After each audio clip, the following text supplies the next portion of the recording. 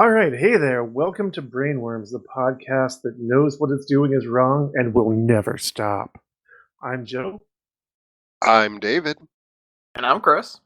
Today we're going to be discussing Worlds of Power Metal Gear, written by Alexander Frost, writing as FX9. So, here's the thing. Imagine it's 1990, right? Mm-hmm. Own a book packaging business. Okay. Okay. Your nephew informs you, "No, Uncle Seth, I don't read books. I've never read a book. I play video games." Okay. Okay. Well, Seth Godin was in this exact situation. I may or may not have mispronounced this man's name.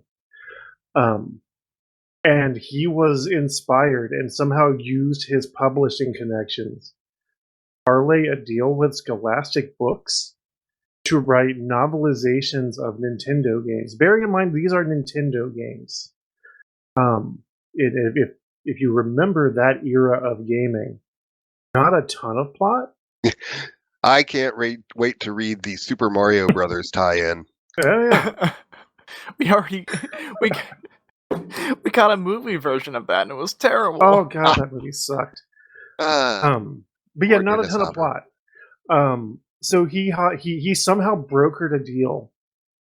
Scholastic Books. Do you remember the Scholastic Book Fair? That was cool. I do remember the Scholastic Book Fair. I looked forward to it excitedly every year. Right? And various video game publishers to publish novelizations of their games. He then hired authors, and I guess he acted as like a producer of this project. I don't know how that works with the book, but whatever. To speed run the games and cobble together stories from them. Which is interesting because Scholastic, very hard line. Like, you have to remove elements like occultism and witchcraft. So there goes all of the Zelda, like the entire story of Zelda. Did I see that there was a Castlevania? I believe there is a Castlevania, yeah. How?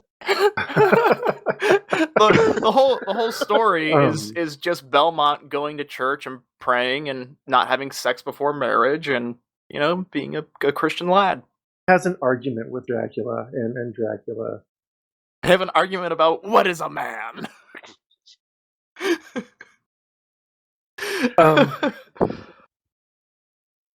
If you look at it, and the cover of this book will be the thumbnail everywhere that you're listening to this podcast. They airbrush the gun out of Solid Snake's hands. It kind of looks vaguely masturbatory. Because let me guess, he's doing that like that secret agent thing where they pose, because we didn't mention it and the readers can't read our minds. You know, like when you see in the movies, the guys will have the guns pointed downward, like the arm kind of at their side, like elbow to the side, hand just over the peni, the penal zone. It's very similar. Like, he's got his hands up. So he's mid hand job. Yeah, all and over it's a two-fister. Wow. Also, they may have like edited out the gun that was in his hands, but they didn't get the one that was down by his hip. So, good job, guys. Oh yeah, you're right. I'm gonna put the link in the chat so that Chris can see it. Excuse me. Okay, so here's my initial problem with this setup. Let's pretend like I'm an investor and someone is explaining this idea to me with Metal Gear. I can't believe I forgot his name. Who's the guy? Who's the mastermind? You know, the big brain behind. Oh, Kojima. Yeah. Okay, so you're pitching this idea to me, and you're saying, "All right, we have a Metal Gear game that Kojima is not involved with at all," and I say, "No, just no. That's not going to work at all." And then this is somewhat beyond the scope of this podcast, but I mean, you know how that went. That's going over my head, actually. There was a whole shit show with the way that Sony treated, or not Sony. Fuck, I'm drawing a blank. Who made Metal Konami? Gear? Konami. Thank you. Where they basically just they erased his name from a lot of things. Like that's how Oh, yeah, I Death remember Stranding that. came about. Um, Sony, like, weren't idiots, and, you know, Give him some money they, to do whatever he wanted. yeah, like you're a creative that, makes games that sells and produces cult followings. Here's a lot of money. Go Do nuts. do literally whatever you want. I don't think he had anything to. I put that link in the chat, by the way. I don't think he had anything to do with this book. Yeah, so that's an immediate no. That's like that's like, hey, we're gonna make a Star Wars universe, but without the Force. Like, well, I mean that actually has worked. I'm trying to think of a good example of a like a story that is so emblematic of the author. Like, only that guy could write this. Only that person could do that. No one else could. No, I see what you're saying, but no, this was just they just got this team of randos. Someone, I think it might have been Seth Rodan, said like he wasn't really a video game player and he actually hated the video game playing part of this project. Got bad headaches from the games. So that's kind of what we're dealing with.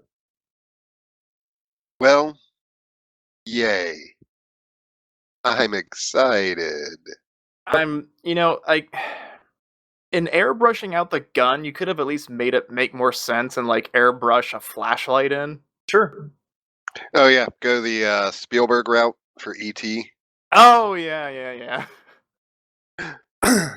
But anyway, that's how we got this novel, which was later described by Den of Geek as a secret plot by Nintendo to destroy any interest in reading, which may have lurked within loyal players. So that's where we are with Worlds of Power Metal Gear. So we're gonna dig into that. Hopefully that'll be fun content for you all. And if you do enjoy this content, don't forget to find us on the social media and give us some money on patreon.com/brainwormspodcast. We also should show up when you search for us on Patreon. There was a weird glitch happening there that I think we've resolved. Let's do it. I'm really glad that, speaking of that review about Nintendo's conspiracy, I'm glad nobody has figured out our conspiracy where we keep reading terrible books to make people suicidal in hopes that they will, leave us their fortunes when they die. That's Oh, yeah. that's the whole plan behind Brainworms. And then we will rule the world. Oh no, I just said that on air. It's long-term Stockholm syndrome. That's what we're going for here. Eventually, you all will start to identify with us. Which is interesting because we've locked ourselves in here with the listeners. So that might not go the way we planned.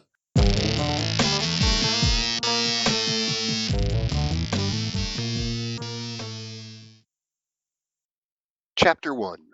The Mission. Justin Halley strode purposefully through the underground hallways of Foxhound Command. Oh, Snake is called Justin Halley in this. I looked it up. He's not called that in the game. No. No. Let's come up with a name. Okay, no, hang on. No. Oh, no, now we're on a tear. Yeah, no. Also, mind you, my only experience with the Metal Gear games was Phantom Pain, which I really enjoyed. Loved it. And I did a little bit of research. The very first Nintendo game, the continuity, aside from the weirdness of the way that Kojima's mind works, like there's some retcons and things that happened, but the continuity seems to be consistent from that first game. Okay. So anything that seems weird in this book is just weird. But yeah, real quick, you guys each have a name to come up with for Snake, and it has to be a good one. Mine would be, I don't know, Arthur. Arthur's Sure. a good one. It's fine. I mean, So I don't see anything wrong with Solid Snake personally, but I feel like if he had a real name, they wouldn't scream out Snake That's true. when he died. I feel like Jake Rivers would be a good name for this character. Just throwing that out there. Jake! No offense to anyone named Justin, by the way. Right. Hopefully I didn't blow out my microphone when I laughed a second ago. That was loud. Anyway. Right. Justin, I think that's I'm sorry. I'm sorry. I was going to comment. I think that's a new record of one sentence before we go off on a tangent. I think it is. Yeah. I apologize. Go ahead. No. That's why we're here. Justin Halley strode purposefully through the underground hallways of Foxhound Command. At age 20, he was the youngest captain ever to serve in the U.S. Marines Special Forces anti-terrorist squad known as the Snake Men. His code name, Solid Snake. Halley had a lot on his mind. 3 weeks earlier, 15 Snake Men, half the squadron, had been dispatched from their underground training base on a top-secret mission. So far... Is this what he has on his mind, or is it just Snake was walking through the stuff, like through the hallways? He had a lot on his mind. Anyway, 3 weeks earlier... I imagine the implication is that this is what he is thinking about, yeah. 3 weeks earlier, 15 Snake Men, half the squadron, had been dispatched from their underground training base on a top-secret mission. So far, not a single one of them had returned. Were they dead? Captured? Nobody knew. Well, I mean, they might. And none of the remaining Snake Men dared to speak of it out loud. They could only wait and wonder. Now, of the 15 Snake Men left, only Justin Halley had been sent for. The order had come directly from Commander South, head officer of Foxhound Command, the military unit controlling the Snake Men. As Halley entered the command center, he saw that the vast room was empty except for 3 people, himself, Foxhound Commander South, and South's brand new second-in-command, Lieutenant General West. As usual, Commander South was in combat fatigues, general's stars on his shoulders, colorful campaign ribbons and medals pinned to his chest, his camouflage pants tucked into his high-laced boots. A battered old beret with the insignia of the Snake Men was pulled down at an angle on his head. Incidentally, I don't think that his unit was called the Snake Men in the video game. I believe they were just called Foxhound. Yeah. Or, yeah. But also, aside from South and West, they also have Elijah Wood reprising his role as North. Nice. And was Snake a Marine? I don't know. I honestly don't know. Yeah, I feel like they never actually gave him a specific, like... I don't believe that they were official military. I think they were just mercenaries. That would be Big Boss, who is not Snake. Okay, but now we're getting into Metal Gear deep lore, so... Right. Oh god, we're gonna get SEO for Metal Gear on this episode, and Metal Gear fans are just gonna tear us for not knowing the fucking continuity. Be gentle. Be gentle. Yeah. A battered old beret with the insignia of the Snake Men was pulled down at an angle on his head. The beret had been with Commander South all the way through his many paratroop missions in Vietnam, and he'd sooner part with his right hand than with that ancient piece of clothing. Lieutenant General... That's weirdly prophetic. Yeah. Lieutenant General West was wearing his dress blue uniform, freshly cleaned and pressed, and so stiff that it could stand at attention all by itself. I'm sorry. If I were a 10, 12-year-old boy, clearly the target audience for this book, and I was fairly literate at that age, And I was like, cool, I'm going to read this fun Metal Gear book. I opened it and just got paragraphs of uniforms. I feel like I would get pretty bored pretty fast. Like, let's jump into it's a Metal Gear book. Jump into the action. Is all I'm saying. Yeah, I would say like, you that target audience being, 12-year-old junior high kids, maybe start with an action sequence. Not a uniform sequence. Right. We got the action sequence. He was marching with purpose down the hallways. Oh, yeah. That's true. That's true. Norman Baton would be proud. The spit polish on his black shoes gleamed. West was a by-the-book kind of officer, but he'd improve with time. The Snake Men squad would see to that. Solid Snake, we By have their own rules. Solid Snake, we have a special mission for you, South told Hallie, stood straight and tall before him at attention, his dark blue eyes front. But it's voluntary, Captain Hallie. You don't have to go. It may very well cost you your life. In fact, the chances are 10,000 to 1 against you. Passive aggressive. You don't have to go, but it's a very important mission. I mean, I'm not going to make you go. It's fine. You don't have to. But it is a very important mission. Also, like, it may very well cost you your life is just sort of de rigueur for military service, right? Like, hey, you're a special forces unit. You want to go on this mission to get us ice cream? Right. It's like if you were a janitor and your boss was like, all right, I have a really important job for you. You might have to clean up a mess. Sir, Justin called out snappily, his gaze never wavering. Have you ever heard of Dr. Ivan Petovich?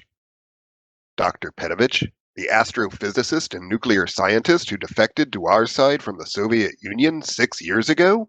Never heard of Exposition. Yes, sir. That's the man. 8 Talks months like ago, he was kidnapped, and he seems to have disappeared off the face of the earth. We expected to hear that one terrorist group or another was claiming credit for his capture and was holding him hostage, but no word came. We didn't know if he was alive or dead. Now we believe that he is in fact alive, but a prisoner. For some months now, our intelligence forces have been picking up random clues. We thought, at first, those clues were unconnected. But when we put them all together over a period of time, they began to point to a strong possibility. Now we're fairly certain that Dr. Petovich is alive and is hidden in a secret base of Colonel Vermin Katafi's, a base called Outer Heaven. Is Vermin Katafi, like, does he double as a YouTuber? I do appreciate that his name is Vermin, but it's spelled Vermon. So, is like, that Vermon? Like, is that, wait, hang on, is that an actual name now? I need to know. I don't know. I don't know. I'm not. Maybe it is Vermon, but yeah, you got to be a real special parent to name your child Vermin. Yeah. That's all I'm saying. Like, Jesus, no wonder he became a super villain. Yeah, what else was he going to do with his life? Become a pro wrestler. Hallie's eyelids flickered, but he said nothing. No junior officer, not even one of the Snake Men, would dare to offer a comment to his commander unless asked to do so. But his pulse raced with excitement. Colonel Snake Vermin Man. Katafi, the single most feared terrorist on the planet, a psychopath bent on dominating the world, his nature so cruel as to verge on insanity. He was a total paranoid, his deeds those of a madman. Colonel, what deeds? Yeah. That's a great question.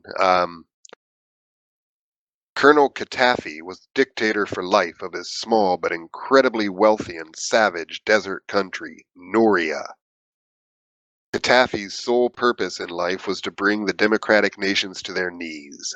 His terrorist actions were hideous, violent, always unexpected, and secretly funded by the CIA. You know, what is with like American writers and thinking that terrorists have nothing better to do but just like spend all day sitting in a chair just thinking about how much they hate democracy? There's a lot to unpack there. That's That's a longer conversation if we have time for it. That was a very pointed commentary. Yeah.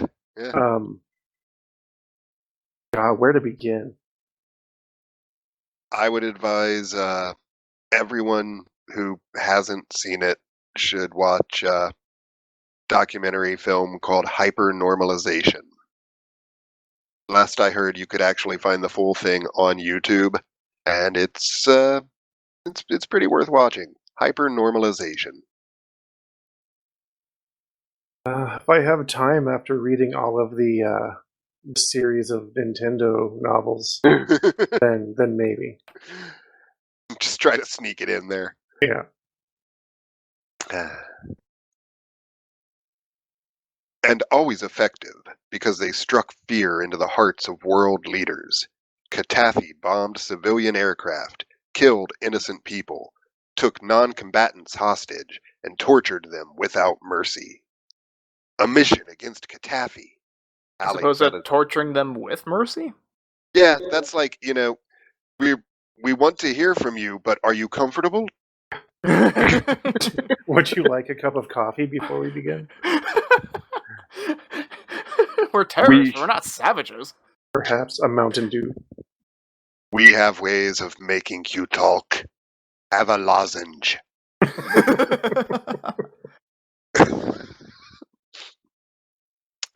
A mission against Gaddafi. Hallie felt his heart swell with eagerness. Also, here was a chance to rescue his buddies, the lost snake men. David, you're a little older than I am.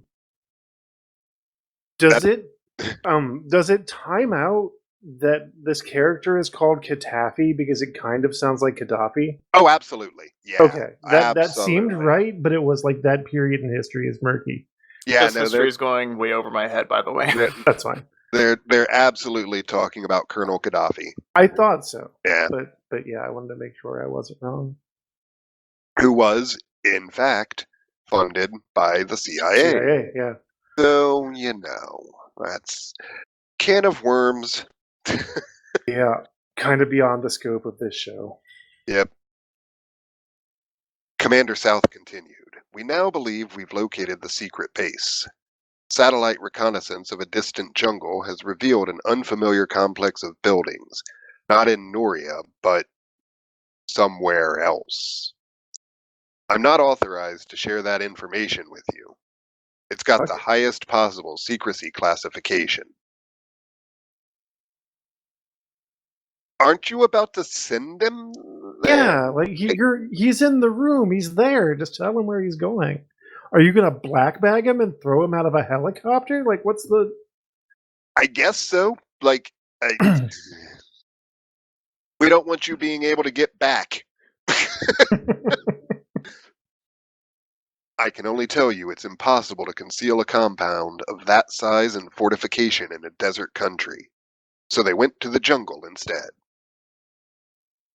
Computer scans of the satellite photographs show a huge base, larger than anything we've dealt with before, heavily protected, and made up of a number of buildings.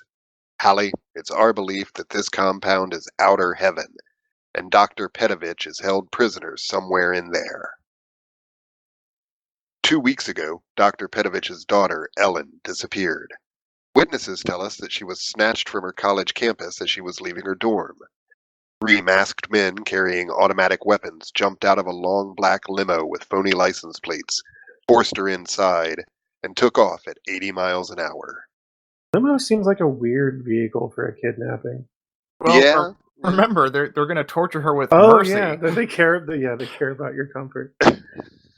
Care Bear stare. We believe now that Dr. Petovich didn't give in under torture. Now we're afraid that top-secret nuclear information may have been taken from him because they're holding his only daughter prisoner, threatening to torture or kill her. But that's not all. There's something else, Hallie. Something even more terrifying.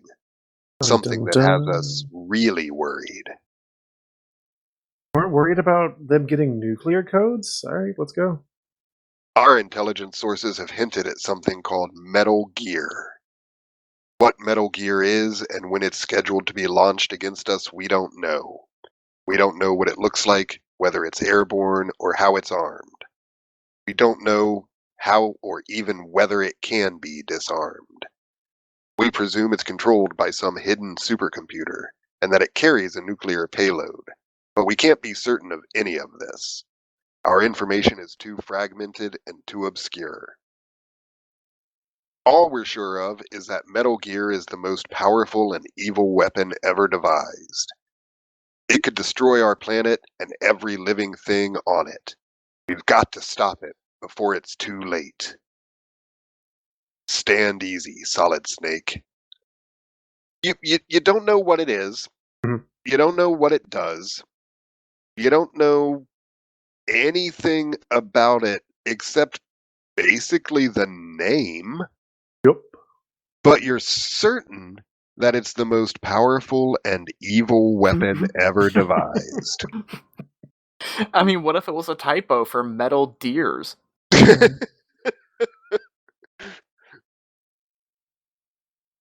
I think that's a porno. Isn't everything? Yeah. Justin Halley took a step to the side and locked his hands behind his back. All his attention was focused on Commander South's words. 3 weeks ago, we parachuted half our Snake Men squad into the jungle, hoping they could infiltrate Katafi's hidden base and rescue Dr. Petovich, or at least bring us back useful data on Outer Heaven and Metal Gear. Not a single one of them has come back. They may be all dead.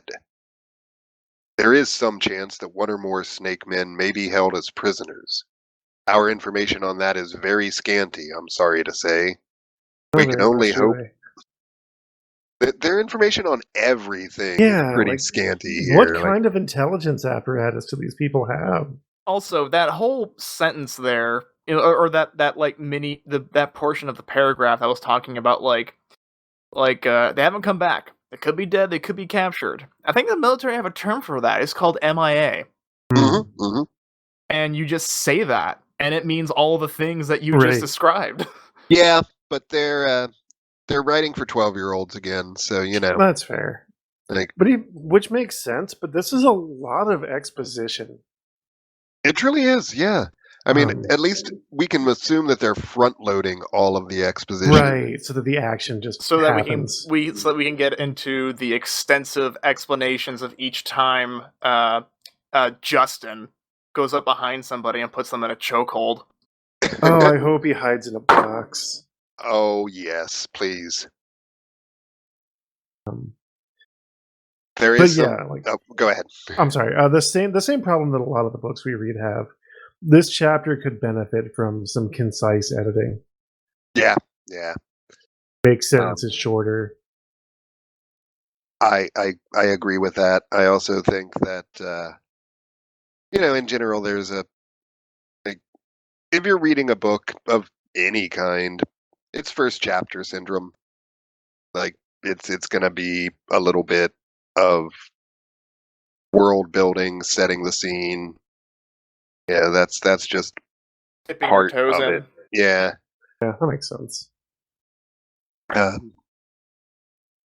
This, at least, I mean, understanding the audience intended for this book, I'm inclined to be a little more forgiving.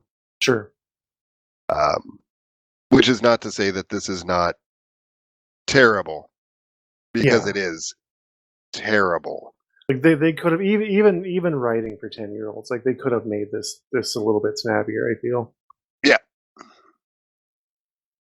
Or at least, well, and I don't know, the game itself basically had the same premise. Like, hey, there's a weapon. We don't know what it does. Go find out. Also, rescue some people. There is a chance that one or more snake men may be held as prisoners. Our information on that is very scanty, I'm sorry to say. We can only hope that at least some of our men are still alive. Hallie's skin prickled in anger and revulsion at the thought of his friends. Good men, perhaps dead, or even worse, alive and under torture. Yet he said nothing. No flicker of emotion showed on his face. Toxic Only the masculinity. strong muscle in his jaw clenched tight. Understand me, Captain Hallie. This will be your first solo mission. But there's a very good chance it may be your last one. Beyond doubt, it's a suicide mission. We want you to locate Outer Heaven, then search for and destroy Metal Gear. But you don't have to. But you don't have to. Also, beyond doubt, it's a suicide mission. Yeah. Like, Go forth and die. yes. Like, at what point is it not a mission? Like, no, dude, you're gonna die. Right. I mean, I guess it's nice of them to, like, just let that be out there in advance. Like, don't sugarcoat it. Look, we sent 15. They all got captured and or killed. So now we're sending you. Just you. Yeah, The new guy. Like, yeah, but just this, the whole redundancy of like explaining just upfront that it's a suicide mission. Like, okay, we have two elements here. We have the what's his face, west or south or whichever one it is, saying it's a suicide mission. And just before this, we sent in 15 highly trained men, and none of them came back out. Both of these things communicate the same thing. Right, yeah. We're making the same point over and over. And this weird, like, no, dude, you're gonna fucking die. Like, we're gonna send you in. You're gonna die. Like, they're overselling it and underselling it at the same time, and it's confusing to me. Like, if they had just stopped it, like, it's very dangerous, you may not make it back. Like, that's one thing, but no, dude, you're not coming back from this. Well, they have to set the stakes really high so that when he actually succeeds, it seems incredible. Sure. Destroy Metal Gear? A solo mission against overwhelming odds? Justin Hallie's neck hairs prickled at the idea of it, and the excitement made the red blood rush through his veins. Chapter Blood blue 2. when it's in your veins? No, actually, that's a myth. Really? That's Yeah. interesting. I didn't know that. Wait, Your what did you blood's- say? Okay. Nah, Joe was asking if blood was blue when it was in your veins, and I said no, that's a myth because blood is actually always red. I didn't Wait, know that. what do you mean? Your blood is always red. No, it's blue when it's what's in your veins. No, it's that's not in fact true. It's just that your vein walls are blue, so it looks that way. Huh. It's got nothing to do with the oxygenation. At least Fascinating. that's what I understand. Somebody out there in the listening audience, go ahead and start an argument in the comments about this. Okay, here's what I'll tell you what my anatomy teacher in college had to say about this. Your anatomy teacher in college was full of shit. Well, all they had to say was that he was like, "Have you guys ever wondered why when you get an injury to a vein, like the blue blood doesn't come out?" And we were all like, "No, I actually never thought about that. Why?" And he said, "Well, when when the blood comes out, it just automatically binds to the oxygen present. That's like always in the air, so it comes out red." That is incorrect, actually. Your oxygenated blood is bright red. Deoxygenated blood is a deep reddish purple. The bluish color of veins is only an optical illusion. Blue light does not penetrate as far into tissue as red light. Huh. Well, I'll be damned. We've all learned something. I need to go back to college and address my anatomy Yeah, teacher. write that guy a letter. This is edutainment at its finest. All right, cool. Chapter 2. Mission accepted. Chapter 3. That would be awesome. We want you to go in alone, continued Commander South, armed with nothing more than a compass. If you tried... But like, why though? To what end? See, Frank over there doesn't think you can do it. I think you can. I got $50 writing on you. We're gonna make you do it on nightmare mode. We know nothing about this compound except that it's facing north.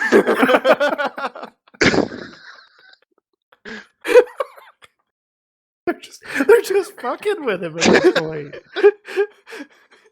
no, for some sort of conspiracy, they needed him to say no to the mission. That's why they were like front loading all the danger. Like, no, dude, you're gonna die, so you should say no, right? No, I'll do it. You can only go in with a compass. I'll do it. Ah, shit. We were not expecting anyone to actually agree to this.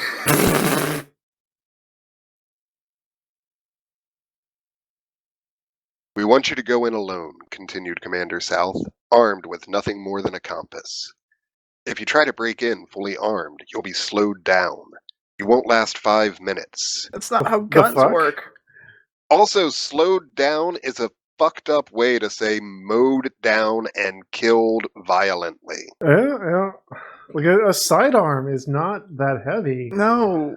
And isn't this guy like a Navy SEAL or something? I forgot what his actual... Marine Special Forces, which is not a thing that exists. Is just right. But let's pretend this is an actual military thing. Like, wouldn't it be expected that they would carry heavy ass packs in boots on the ground scenarios? Last time I heard, and of course, listeners, anyone out there who knows better than me, correct me if I'm wrong, I believe the total weight of like the average soldiers that they carry is 80 pounds. That sounds about right. But no, with compass only. Anything else will slow you down. We want you to be a shadow, to slip through unseen. Do you read me? Yes, sir. Every nerve in Bailey's mind and body were on red alert. Wait, who's Bailey? Yeah, I thought this was Justin Haley. That I'm assuming that's a typo, but yeah, it definitely says Bailey. Bailey, when previously it was Halley, Halley. Let's see which one it becomes next. To be kind of heard of this book, this was printed in the 90s. It wasn't as an ebook, so there may have been something in the scanning process that caused some glitches. Oh, you said it was written in the 90s and wasn't published as an ebook? No, because they didn't have those in the 90s. That's very true. That didn't stop all the authors before that not making mistakes. That's true. I get your point, though. Yeah, it could have been a transcription error. Whatever weapons or equipment you need, you'll have to find on the spot or make do without. Speed is what's important here. This mission has to be completed within hours of your arriving in outer heaven. Commander South's stern face and steady gaze told Solid Snake as much as his words did, that this mission was of the utmost importance. Guys, I'm starting to feel like this might be an important mission. Might be an important mission. Dangerous too. I don't see the proof. Look for a transceiver radio. When you locate it, tune it to Foxhound Command's secret frequency. You're not going to give him a radio? No, he has to find one. He gets a compass. Just a compass. He has to kill his first man with the compass. Go from there. They're not even going to give him the box. I'm going to find this own box. Look for a transceiver radio. When you locate it, tune it to Foxhound Command's secret frequency. Then you'll be able to receive our radio transmissions. No! Because that's how radios work. If you find any snake men alive and held as hostages, set them free. Rescue as many as you can, and we'll pick them up later. I'm glad you told me that, because my original plan was to tickle them. We're sending you in alone Right. with no weapons No radio. or radio, because we want you to be a shadow that slips through unseen. We can presume that these captives will have been tortured and may be in serious need of medical assistance.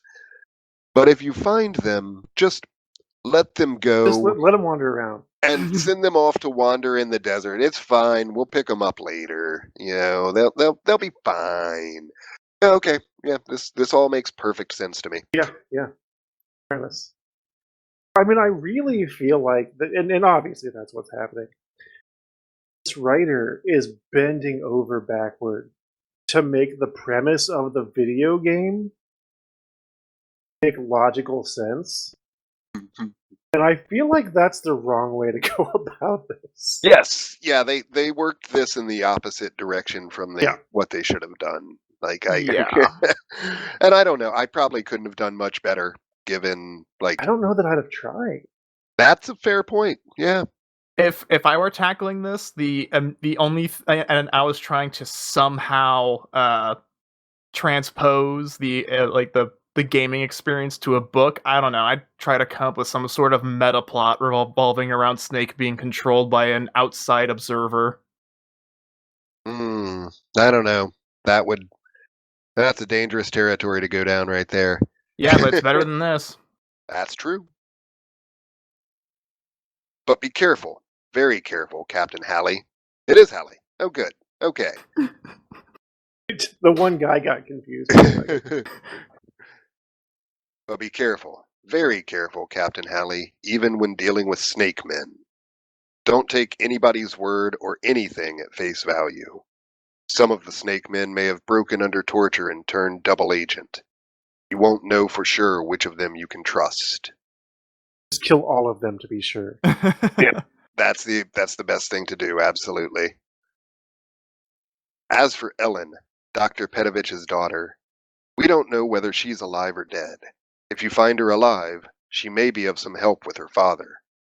Try to rescue Dr. Petrovich too, but if you can't, then you'll have to kill him. He's more valuable to the free world. Say what? And you won't get an S rank. He's more valuable to the free world dead than alive and in the dangerous hands of Colonel Katafi. Understood? Sir, said Solid Snake, it was understood. In the game of terrorism, the stakes were high and often fatal. You can't see it, but I'm rolling my eyes. I'm glad.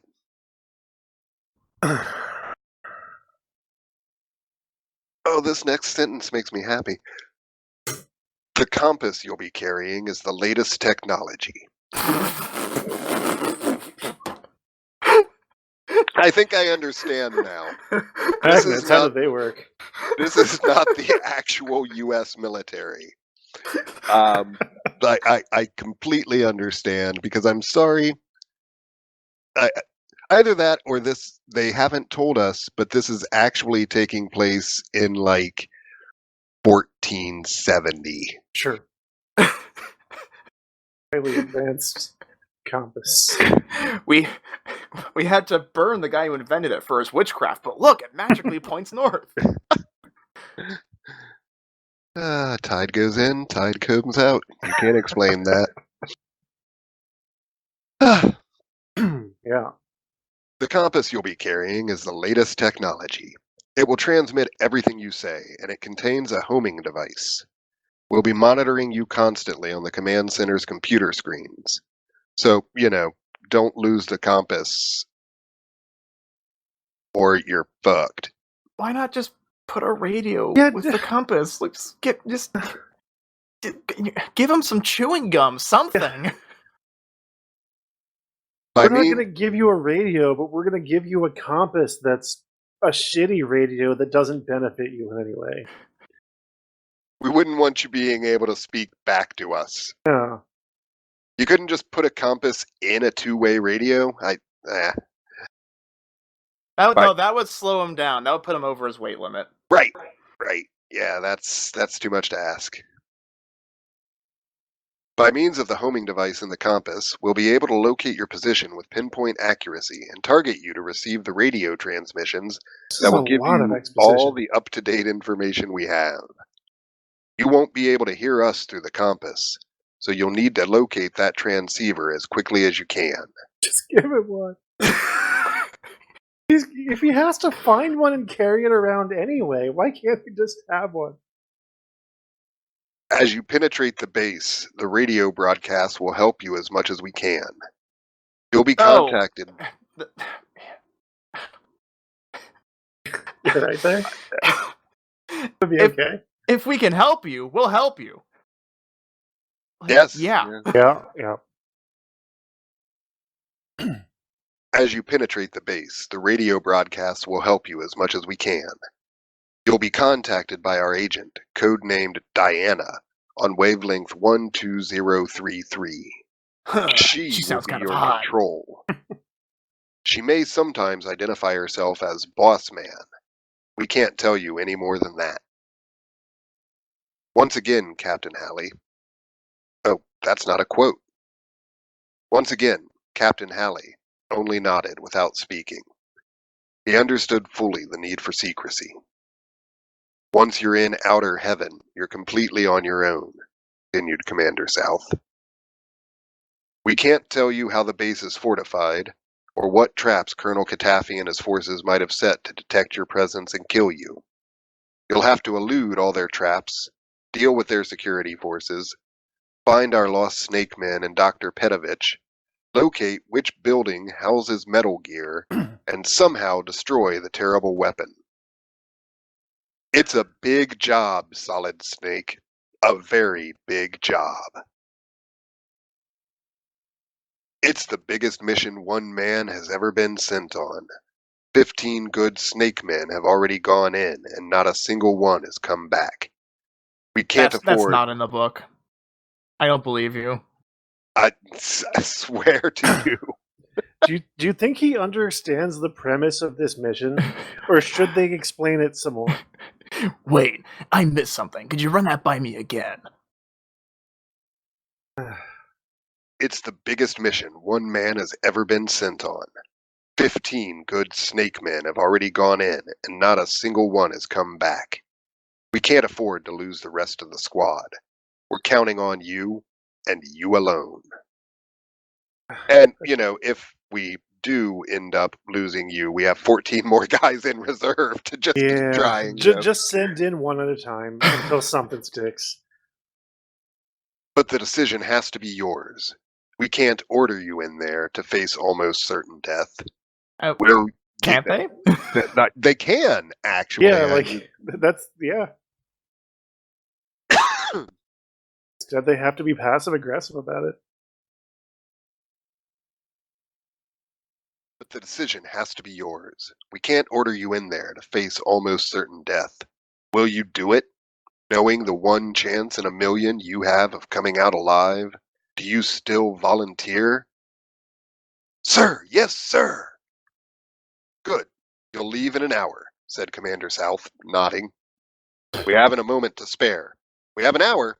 Not a moment. Not a moment. But an hour. But How first... long it takes him to find his compass. We haven't a moment to spare. But first, get rid of that uniform you're wearing. Whoa. I'm gonna send you a nude. With only a compass. That was a very, kind of romance novel-y, but first, let's get you out of that uniform. I'll show you the meaning of Solid Snake. That base isn't the only thing you're gonna penetrate. South scowled at the crisp, olive-drab fatigue suit that covered Solid Snake's muscular body. Hi. I like where this is going. Right? Yeah, this took a turn I was not expecting. No wonder they need that hour.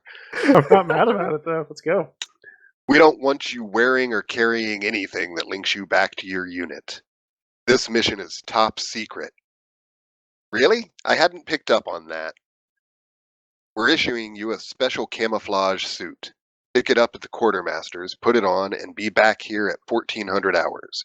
No Do you dog think if tags. he Do you think if he said pick it up, but he didn't tell him to put it on, that Snake would have just gone, like, taken the thing and then just gone to the helicopter nude carrying the outfit? Like, uniform in I mean- one hand, compass in the other. He Let's do clearly this. needs things to be explained to him very carefully.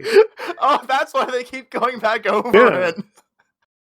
Oh, no, that's it. That's the explanation. This Snake is actually incredibly dumb, and he just somehow passed all the tests, and, like, they're trying to get rid of him because of how stupid he is. Right?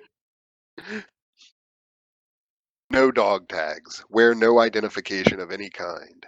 Take nothing else with you that might connect you to Foxhound and the Snake Men with the exception of this compass. Is that clearly understood? Nothing. Yes, sir! Justin saluted snappily, turned on his heel, and marched out. Not even your face. Hand me the filleting knife. As the door to the command center closed behind Hallie, Commander South sighed deeply and rubbed his hand over his brow. What an asshole. Do you think he bought it? Asked General West softly. That's Hallie? not in the book. No, it is. It's. Do you think he bought it? Asked General West softly. They are trying to get rid of him. Hallie? He'll do as he's ordered. He's the best of the Snake Men. I hate to lose him. He's highly trained and qualified. It galls me to have to sacrifice Solid Snake, but that's the way it has to be if we're to stop this madman Katafi and his new infernal deadly weapon, Metal Gear. Tell me about the Snake Men. Who are they?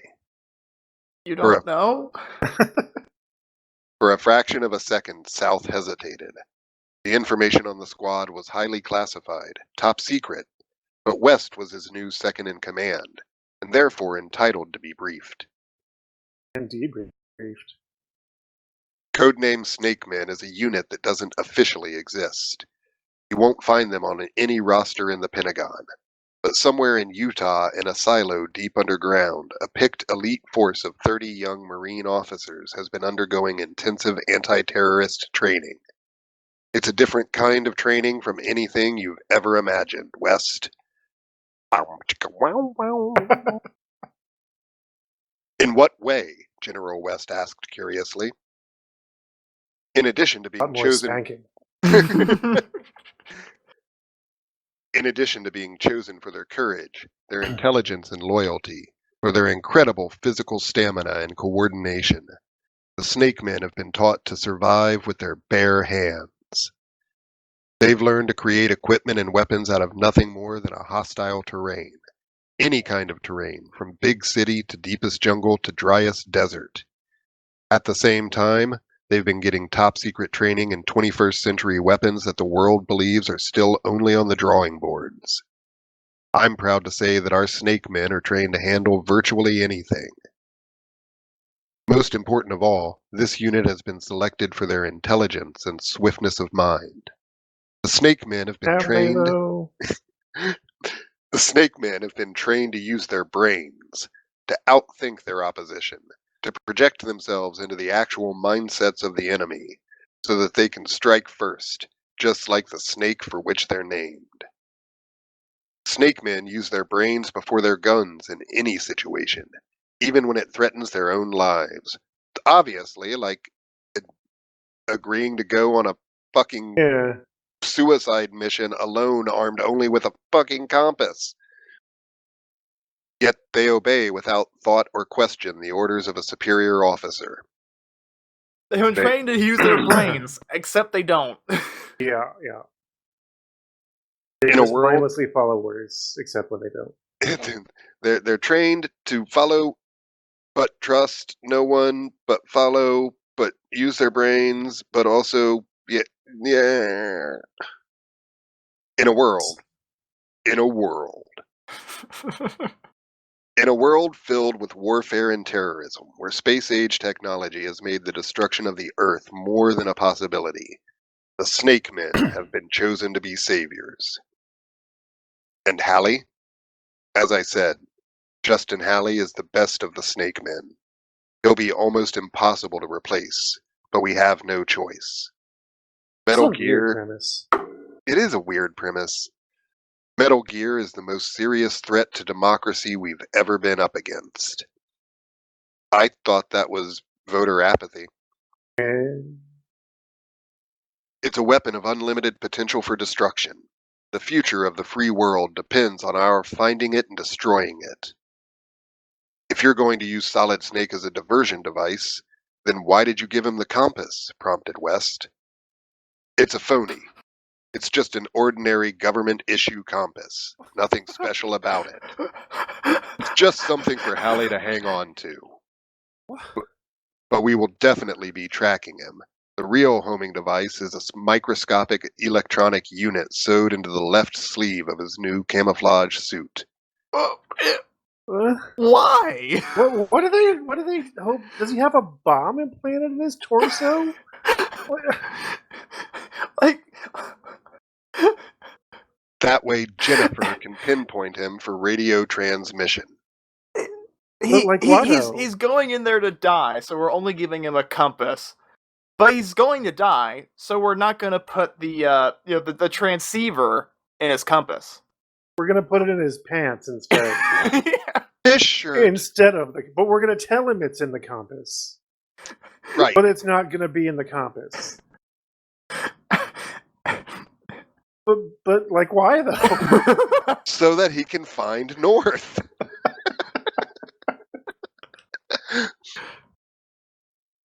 That way Jennifer can pinpoint him for radio transmission. Jennifer, you told Hallie Diana would be transmitting over the radio. I know, right? It's going to be hilarious. He's not gonna know what's going on. It's gonna be great. Commander South chewed at his lip. Jennifer will also be transmitting, but Solid Snake won't actually pick up her signals because she'll be on a different frequency. Why are they doing this? He'll get Diana's instead, and she'll lead him around with false clues for as long as possible, so that we can buy a little time to set up the real raid. Are they fucking with him? Like, what's the... So Hallie is to be used as nothing more than a decoy? General West looked puzzled. I'm afraid so. We're sending him in to create a diversion, a smokescreen. They could have just told him that. Then the real attack by the full forces of Foxhound Command can take Colonel Katafi by surprise, catch him off guard, defeat him, disarm Metal Gear, save as many of our Snake Men as are still alive, and rescue Dr. Petovich and his daughter. Wouldn't a guy going into the base put them on high alert? Because you know what's a great diversion for an entire base full of armed terrorists set to destroy everything that the West holds dear? Mm-hmm. One unarmed dude. One dude, yeah. Not unarmed. He has a compass. A compass that doesn't have a tracking device in it. I feel like he could have performed this mission more successfully if they had just been like, look, we're going to send you in to make noise. To distract them so that the main force can come in. Their entire, point that they hammered home to him in agonizing detail. So much detail. How important it was that he be silent and unnoticed. Shit, you're right. Like, what kind of diversion is he going to... This premise just collapsed upon itself in Chapter 2. Now, I'm no strategist. However, I feel like if I was in charge of this situation and we were going to try to do this, I would reverse the roles. I would say, all right, Snake, you're going to go and bind enemy lines. You're going to wait for our raid, which is going to happen like off base, like close to it, so that the forces of the base are drawn out of it to defend it. And then you go in, and there'll be less people inside because of it. I mean... Does that work? Yeah, that makes sense. Yeah. We're going to create the distraction so that you can go in as a lone man. That makes total sense. Right. We're going to send you in with a compass and a sidearm. I don't know, maybe a goddamn radio and a sidearm. And we'll have a bunch of people making a whole lot of noise, like half a kilometer away. Mhm. And Maybe send some bombers in. yeah, something. The commander smiled very sadly, and West could see the pain in his eyes. It was obvious that Commander South hated the deception he'd been forced to practice on his Marine captain, Justin Halley. Captain Halley, Solid Snake, is brave and loyal, and very fast on his feet. And very stupid. Most of all, he's logical and quick thinking. Of all the Snake men we have left, he'll buy us the most time. So what you're saying is that Captain Halley is expendable? Asked West. Obviously. Commander South sighed hopelessly. Worse than that. He's disposable. I mean, he is What? in the military. I feel like that assumption is kind of part of the buy-in. Yeah, they do kind of, that's... But expendable is not as bad as disposable, so that's cool. That's a thing I learned. Those are synonymous. For the most part, yeah. What do words mean? Chapter 3. Getting in. Justin Halley sat in the dark glider, his long legs cramped up almost to his chest, his seatbelt buckled across his shoulder and lap, the parachute strapped to his back. He'd been sitting like this for many hours. The glider was completely sealed. His little cockpit let in no light. Do you think they did, in fact, black bag him? They did. Do you think that like military helicopters have special seats for people wearing parachutes? I'm just curious. I don't know. That's I not don't a know. joke. That's an interesting question. I That's don't a know. great question. I think they do. Yeah, they sort of like sit sideways, right? Answer in the comments if you know. Yeah, if you know this. Halley had no idea what direction the mother plane had carried him. Only they'd given him a compass! All he knew for certain was that at some predetermined point, just before the jet came within radar range of outer heaven, the glider had been released. Soon, it would lose enough altitude to come in low and escape enemy radar detection. Later, I'm sorry. I feel like there is a huge missed opportunity here with the compass. To have written a better book? Well, no. I mean, just like, okay, so David was reading this. I just came up with this on the fly. Like, so on that premise, I am judging the author of this book. I feel like it would have been there's a missed opportunity here for Snake, like in the plane, not knowing where he's going. He looks at the compass, sees which direction they're flying, and he's like, "Oh, well, this not playing helicopter." He's like, "Oh, helicopters fly at so and so knots, and we've been doing this for about 30 minutes, and that would put us X amount of miles in this direction, which would put us here." And he like figures out where they're going just based on the estimates that he can come up with because he knows all that stuff. He's really well trained to use his brain. Yeah, him being smart seems to be a lot of telling and not showing. So far.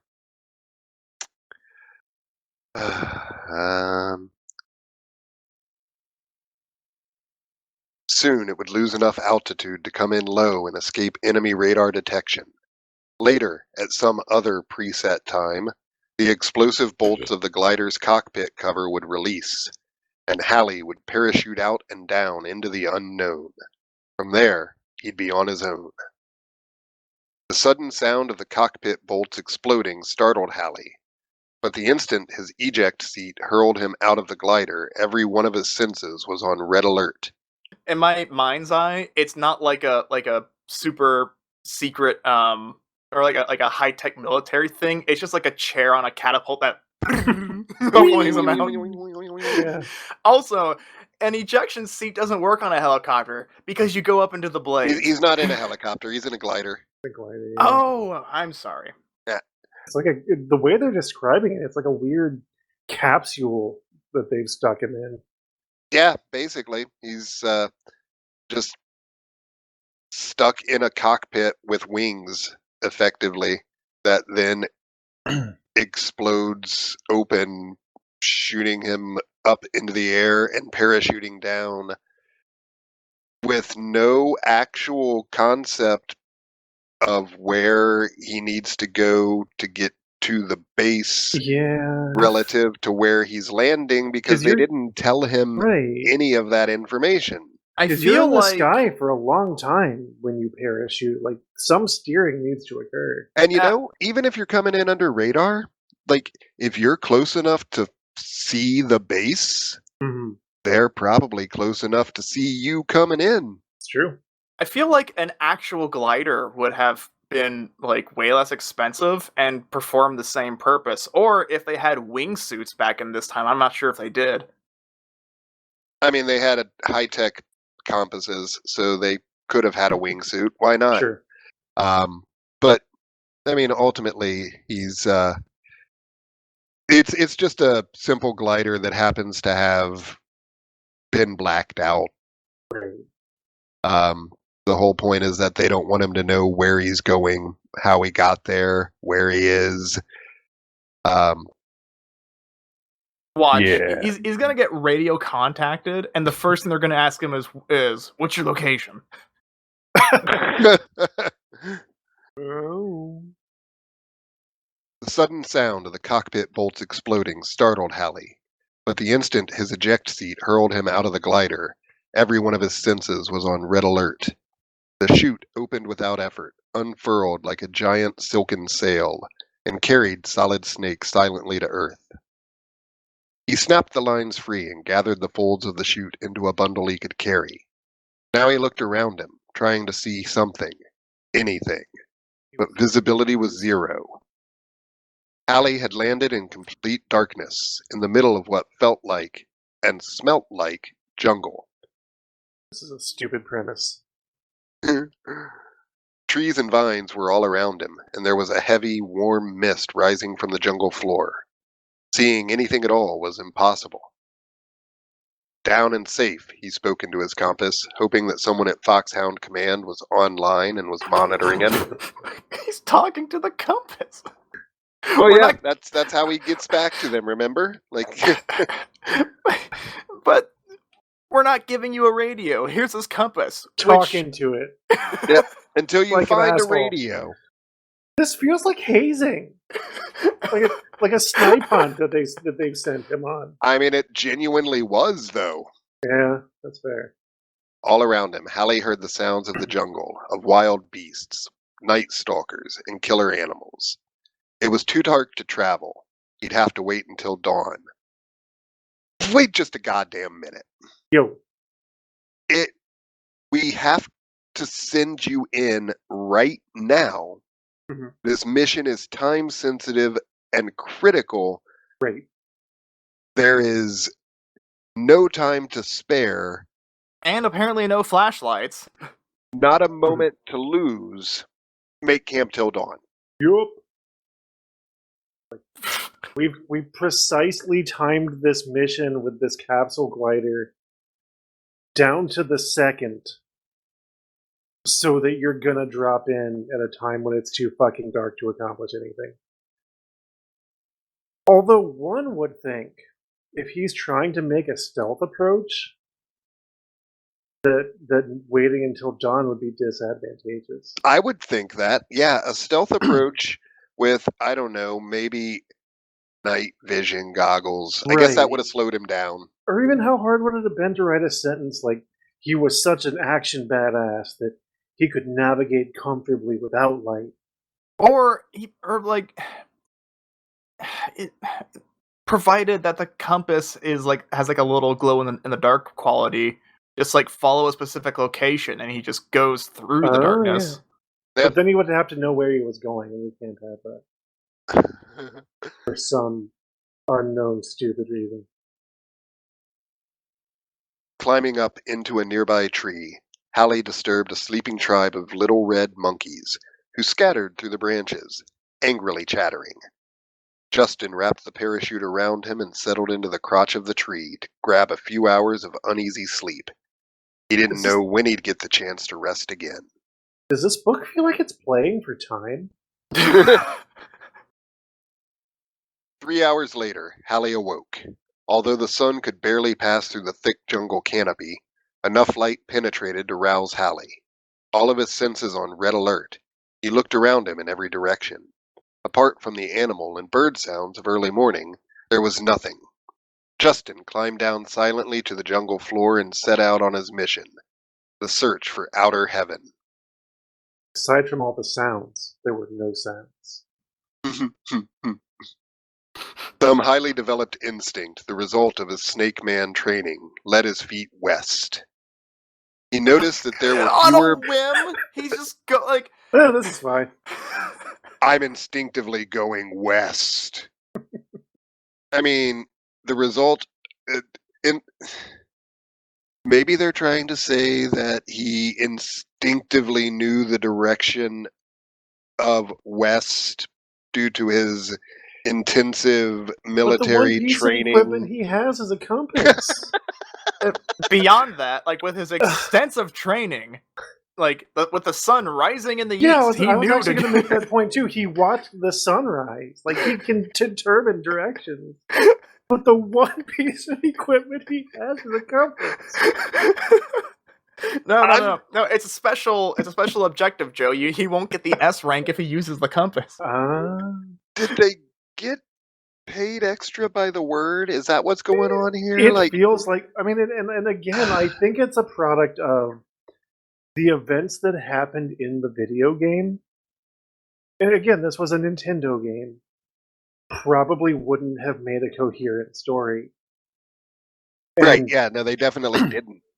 Right. And these writers didn't really understand the game anyway. It kind of feels like that's subjective, that's my opinion. So they just built this crust of all of this round video game so that they didn't have to try to write the video game into a book.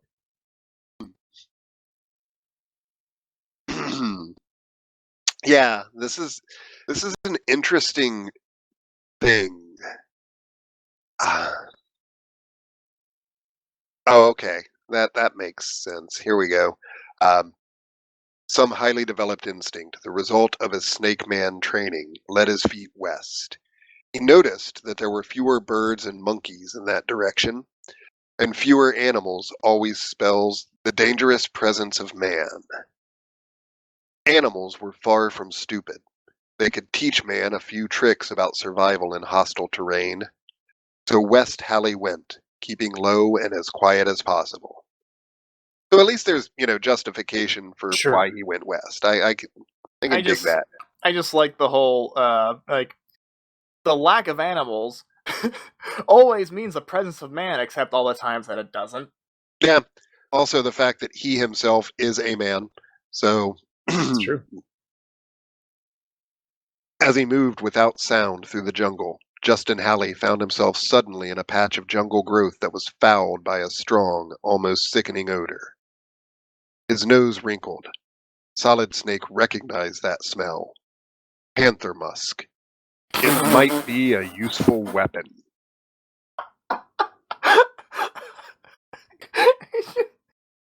Rubbing himself against the jungle plants, Hallie let the heavy, musky cat smell seep into his suit of camos. This is quickly becoming furry fan fiction. Now he smelled exactly like a jungle killer. Other animals would keep out of his way, unless, of course, he should bump into another male panther. Then he'd be in for the battle of his life. Battle. Solid Snake smiled at the thought of himself in a cat fight, although it would be no laughing matter if it actually happened. This is a stupid book. Yeah. You know what you probably won't survive, Justin? Getting into a hand-to-hand fight with a fucking panther with a compass. With a compass. He's like in a bar 20 years later. You ever hear a story about how I killed a panther with a compass? At last, after 3 more miles of trudging through dense, dank vegetation, Justin Hallie saw light ahead. Dank vegetation, man. That could only mean a clearing. A man-made clearing. Except for when it doesn't. Trees had been cut down around a huge circle several miles wide, and the leafy canopy had a large hole in it now. Sunlight poured down. Careful now. Hallie crouched down and edged forward very slowly. On the edge of the clearing he stopped. Bingo! 3 military trucks with a strange insignia painted on their sides were parked in the clearing, 2 of them close together, and the third much farther off. The insignia, a grinning, fanged reptile entwined around a broken, twisted tree, was something Hallie didn't recognize, but it had a menacing quality that struck a familiar chord deep inside him.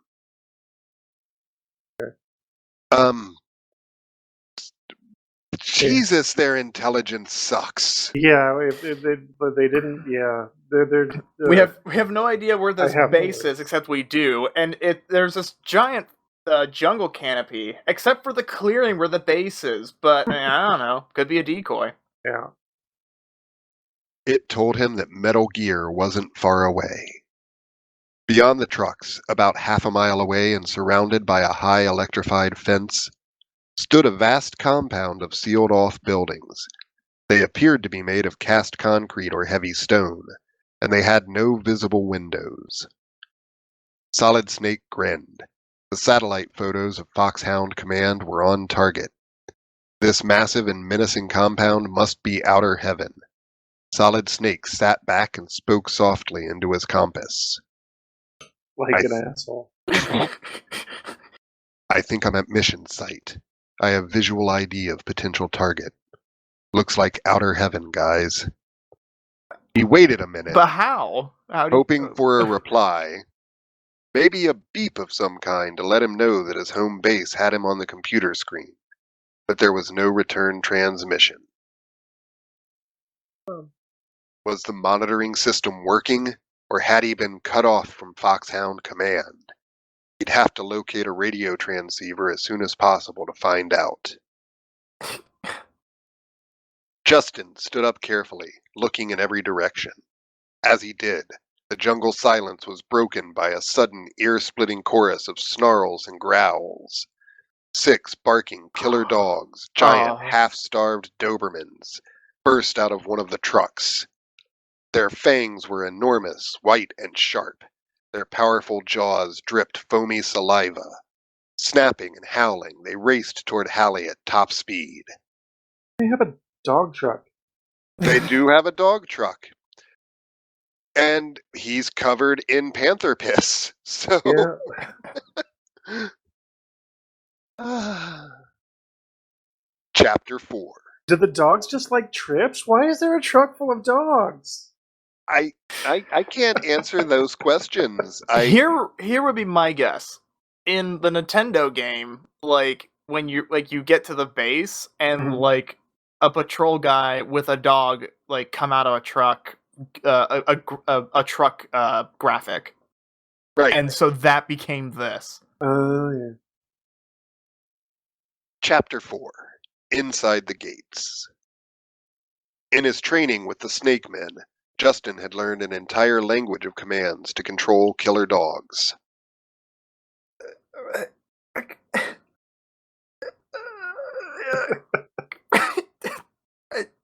If you got an idea, if you got a thought there, get it out, buddy. Come on. Use your words. All of that is horse shit. If the dogs aren't trained to respond to those words. Yeah. Or not that they're trained, this is my master. Yeah, like German police German shepherds, if given commands by like they only take commands from their handlers. Right. Yeah. That's it would be pretty stupid to have a trained attack dog that someone could just say sit and then run the fuck away from. Right. Quit it. He could get them to halt and to sit in German, Russian, Swahili, Chinese, Japanese, Arabic, and a dozen other tongues. But he had no idea in what country he was now, not even which continent. His canine vocabulary would be of no use here. Then why did you bring it up? He had only You're seconds to wasting the spare. reader's time right now. So the dogs come up and he just goes, "Would you kindly not attack me?" Yeah, I mean, you could just start barking out commands in every language you can think of to see if it works. Did anyone catch that reference I just made? I didn't, okay. Would you kindly? Anyway. Over the head. BioShock. Oh, right. No way could Solid Snake outrun this pack of trained attack dogs. Without a weapon, he couldn't even defend himself. Even if he managed to snatch up a branch from the jungle floor and use it as a club, Hallie was no match for half a dozen frenzied attack dogs who lived only to tear out an intruder's throat. Suddenly, an idea struck him. It was a crazy idea, but it could be his only chance. Throwing himself to the ground, Hallie raised himself on all fours, like a giant cat, bracing himself as the dogs came closer. He could smell their hot, strong breath and see their insane, rolling eyes. Most of all, there were those sharp white fangs, less than a foot from his face. Now the killer dogs had almost reached him.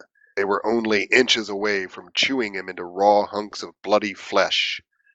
Solid Snake arched his back high. He snarled and growled, low in his throat, meanwhile staring hard at the lead dog with narrowed, angry eyes. Drawing his upper lip back, Hallie spat and yowled like a furious giant cat. Meow meow meow meow. Meow meow meow meow meow. Just as they heard Hallie's unearthly sounds, the strong scent of the panther musk on his camouflage suit hit the dog's sensitive noses. Jungle predator, a male panther. Between the sounds and the smell, the Dobermans perceived Solid Snake as a big cat.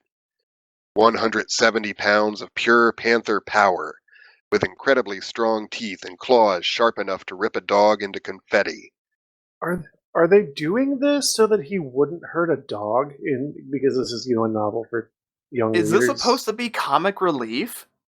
I think it's supposed to show that he's quick thinking, that he's, resourceful, and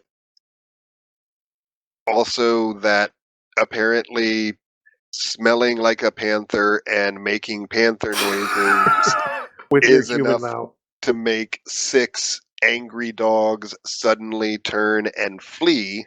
The Dobermans skidded to a halt, yelping, then turned tail and rushed away, almost knocking each other over in their eagerness to escape. Meow meow meow meow. Everybody wants to be a cat. Laughing under his breath, Justin Hallie watched them go. I'm just seeing him with his ass in the air, like, oh, I'm a bad kitty. You don't want to fight me, you dogs. I'm a bad kitty. What I love about this is they were like 6 dogs totally willing to tear a single human being limb from limb. But drop to all fours and smell like a cat? Nah. Dogs don't fuck with cats. We know that. That's like I've written small little things that that I knew no one else would ever see. And I would come up with things that were exponentially not nearly as stupid as this, but I would review them and be like, no, that's dumb, and then I wouldn't put it in, I just give up the project, whatever. But this is real stupid. And this is gonna be published! Like, the guy wrote this! Yeah. This is the power of believing in yourself. And also having, a major brand like Nintendo behind you. And Scholastic, which was a pretty big deal. Yeah. Laughing under his breath, Justin Hallie watched them go. Then Hallie's expression turned serious. He had some heavy work to do. Crouching low, he slipped silently, almost invisibly, across the clearing to the nearest truck, about 50 yards away. He kept his eyes peeled for guards, but saw none. Empty. The truck stood empty. No guards, no dogs. On the seat in the truck's cab, a pair of powerful rubber-cased field binoculars had been left. Solid Snake's hands closed around them in triumph. The binoculars were the first piece of the equipment he'd need. Now he was on his way. Should he commandeer this truck?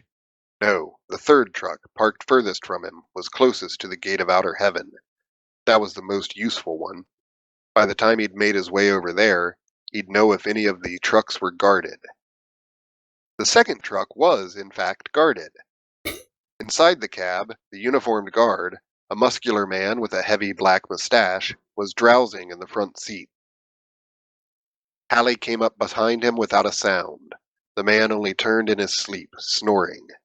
How do you come up behind somebody if they're sitting in a car seat? Like in a truck cabin? That's a good question. Maybe through the back of the truck, if it's open? I got nothing. 2 swift rabbit punches from Solid Snake's strong, quick fist, and the sleeping guard was out like a light, on a one-way ticket to dreamland. What's a rabbit punch? Like a karate chop. Like a quick punch, just Okay. one down. But was the sleeping guard alone? Guards almost always come in pairs. A sudden noise behind him made Hallie turn. Another uniformed guard, tall and heavy, was leveling an automatic weapon at Solid Snake's stomach, growling something in a guttural language Hallie didn't understand. But Justin could see the guard's finger. All the languages. Yeah. We established that. What language could this possibly be? But Justin... Or maybe he only knows dog commands. I don't know. He just learned how to speak to dogs in every language on the planet. That makes more sense, yeah. A sudden noise behind him made Hallie turn. Another uniformed guard, tall and heavy, was leveling an automatic weapon at Solid Snake's stomach, growling something in a guttural language Hallie didn't understand. But Justin could see the guard's finger tightening on the trigger. Lightning fast, Hallie aimed a knee kick and connected. With a cry of pain, the big man went down, and an open-handed chop to his hairy neck finished him off for now. Big men are just a recurring... Yeah, they're all big men. He lay still, not even twitching. Solid Snake looked around. The overpowering of the 2 guards had been so swift and silent that no alarm had been raised. Yet. But it could happen at any moment. Should he take the guard's Kalashnikov automatic weapon? No. Hallie might encounter metal detectors on his way into the Outer Heaven compound. Better What's wait the until I'm compass made out inside, of? he thought. Compass stuff. But something else caught Justin Hallie's eye. He knelt down at the side of the fallen guard. Attached to the big man's uniform by a pin was a plastic card, bearing that same strange insignia and encoded with a series of raised symbols. Hallie recognized it immediately as a key card that might activate at least one of the electronic doors and gates of the Metal Gear base. The fallen man must be an officer to be authorized to carry a key. This was a real piece of luck. Solid Snake pocketed the key card and moved rapidly toward the third truck. The third truck was empty and unguarded.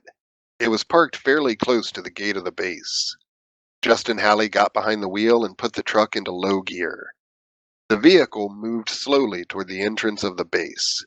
Driving with one hand and feeling around on the front seat with the other, Solid Snake found a package of half-eaten rations. Evidently, the men must have recently had their breakfast. Cautiously, he took a nibble, tasted it, and made a face. Government-issue field rations are the same all over the world, he thought. They may be packed densely with nutrition and vitamins, but they taste like a cross between cat food and an old rubber tire. I went on a camping trip with my brother and a friend, and like my parents just on a whim got military rations from a army surplus store, and we had them, and it wasn't bad. It was basically just like on par with McDonald's, MREs aren't bad. They just get real old real quick. Right. Even so, he chewed the rations quickly and swallowed grimly, no telling when he'd get another meal, and this so-called food would at least give him a quick energy boost. Also on the seat was a pack of cigarettes. Hallie reached for them, but drew his hand back. Could they be poisoned? What? Why would you assume that? I mean, they're cigarettes. I mean, yeah, by definition, they're poison. But Also, yeah, like, let's leave a poisoned pack of cigarettes just hanging out. just around where anyone could find them. His instincts told him that they could be a deadly trap. This would have been a really good opportunity to tell kids not to smoke, but I'm surprised they didn't take. And I mean, like, if you're gonna suspect that, you might as well, like, there could be a landmine in the truck seat. Right. I mean, why would you poison the cigarettes but not the food? Sure. He ate the food. with no hesitation. No reservations whatsoever. Picked it up and ate the half-eaten thing. Also on the seat was a pack of cigarettes. Hallie reached for them, but drew his hand back. Could they be poisoned? His instincts told him that they could be a deadly trap. Which, addiction. Yeah. And even if the cigarettes contained no added poisons, they were deadly enough in themselves. Oh, spoke too soon. He decided to leave them where they were. But he did take the matches. Matches could be used in many ways. What a waste of the reader's time. Always play with matches, kids. Start a fire. Start a fire. The truck was at the gate now. Solid Snake slipped out of the driver's seat and crouched down, keeping the vehicle between him and the gate, while his quick eyes darted around, checking for guards. 2 armed men were patrolling, but they were overconfident, talking to each other in that same strange language. They didn't expect to see Hallie, so they didn't see Hallie. He had made himself into a shadow, as he'd been trained. That's actually pretty cool. Like, I like that. That speaks a lot about perception and how it's easy to blend in if you're not something. If you're not looking for something, you're not going to see it. That makes sense, yeah. Holding his breath, Solid Snake waited until they passed along to the far side of the electrified fence. Then Hallie duck walked up to the gate, looking for the electronic lock. When he reached it, he stood up. This was it. Would the key card in his hand be the one that opened this locked gate? Or would the alarm go off, bringing guards running from all sides? Only one way to find out. That's a perfect place to end it. Hallie pressed the embossed side of the card against the lock. For a split second, nothing happened. Then, a click. The gate opened and Hallie ran inside, swifter than a shadow and just as invisible. Do you know what shadows aren't? Invisible. That's, yeah, exactly. By definition, like, yeah. The opposite of. I don't know if you're copying, but I'm in, he whispered to the homing device, the compass he'd been carrying. No radio, so no response. In case you forgot those details from earlier in the book. Him just futilely talking into the compass like an asshole is hilarious to me. Because really I just imagine that they're just laughing at him in base. He's doing it. He's talking to the compass. What a shithead. I'm imagining like he gets captured and the people like the interviewer comes out from the interrogation room and is like, so who is he? I don't know, man. He keeps talking to his compass. I think he's insane. Once again, Justin wondered if anyone back at command could hear him. Maybe the compass was defective. Maybe the transmission channel was blocked or scrambled. Maybe, who knew? The possibilities for a mess-up were almost endless. What he didn't know was that although the compass was really just a compass, he was transmitting after all, through a hidden micro radio that has been sewn into the sleeve. In case you forgot. I'm gonna go out onto the street real quick and I'm going to jump into the air and do a half front flip so I land on my head in such a way that it snaps my neck. I'll be right back. What he didn't know was that although the compass was really just a compass, he was transmitting after all, through a hidden micro radio that had been sewn into his sleeve back at the base. "He's in," Commander South announced, his eyes on the large computer screen. "Heaven help him," whispered General West.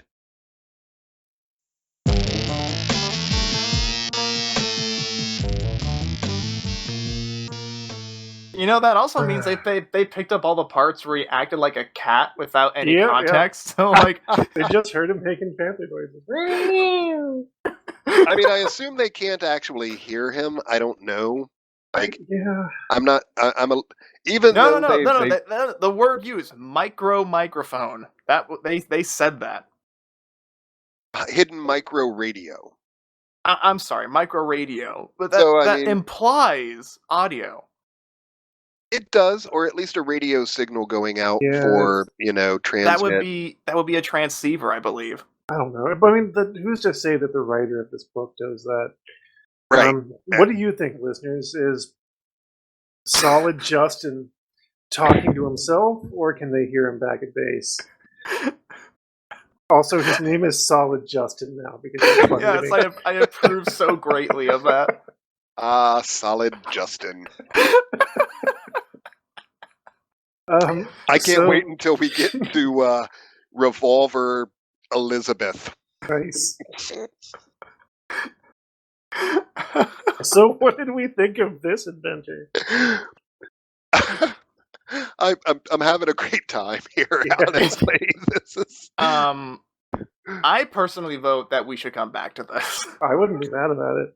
Yeah, we can jump forward into it and do another episode because I think this is like 17 chapters. I wouldn't mind jumping in toward the end. Sure, when things start happening. Sure. Yeah. But I don't know, because like I don't know what happens in the first Metal Gear game, but like think about all the crazy wacko characters that Kojima has come up with that this guy has to take in like internalize and then reproduce through his own lens. I mean, like, do we want to miss that? I promise you that you're not going to miss out on a whole lot. Like the Right. first Metal Gear, there's not a whole lot of story. I got an emulator that worked on like an early 2000s cell phone at one point to play Metal Gear. It's not a deep game. You can probably watch someone play through it on YouTube in like 20 minutes. I don't know that's for sure the case, but like sounds about right. At least if you know, like I imagine it because there was some like, there was stealth obviously, which was pretty revolutionary at the time. Yeah. And I think there was some element of like corridor exploration, but yeah, it's not a long game. Right. So yeah, is that where we want to leave it for now? Just we'll probably come back to it next time or at least later. I mean, I did want to say that I'm a little disappointed in Scholastic, just in general. Like, I get Nintendo wanting to cross market, sure. And like, hey, we've got this intellectual property. We want to spread the name, spread our brand, and like get that into hands of people that don't necessarily currently play video games, so that maybe they get excited by this and then they want to live the adventure themselves. And sure. At that point, they've got a Nintendo entertainment system, so they're going to go out and buy other games too, and all of that. Potentially buy a Nintendo entertainment system because of the book. Yeah. Right, yeah, exactly. And I don't fault them for that. Cross marketing, whatever. It's a thing people do. And Scholastic is in business to sell books and make books, and they're kind of doing the same thing, trying to get books out into hands of people that don't typically read. But for fuck's sake, man,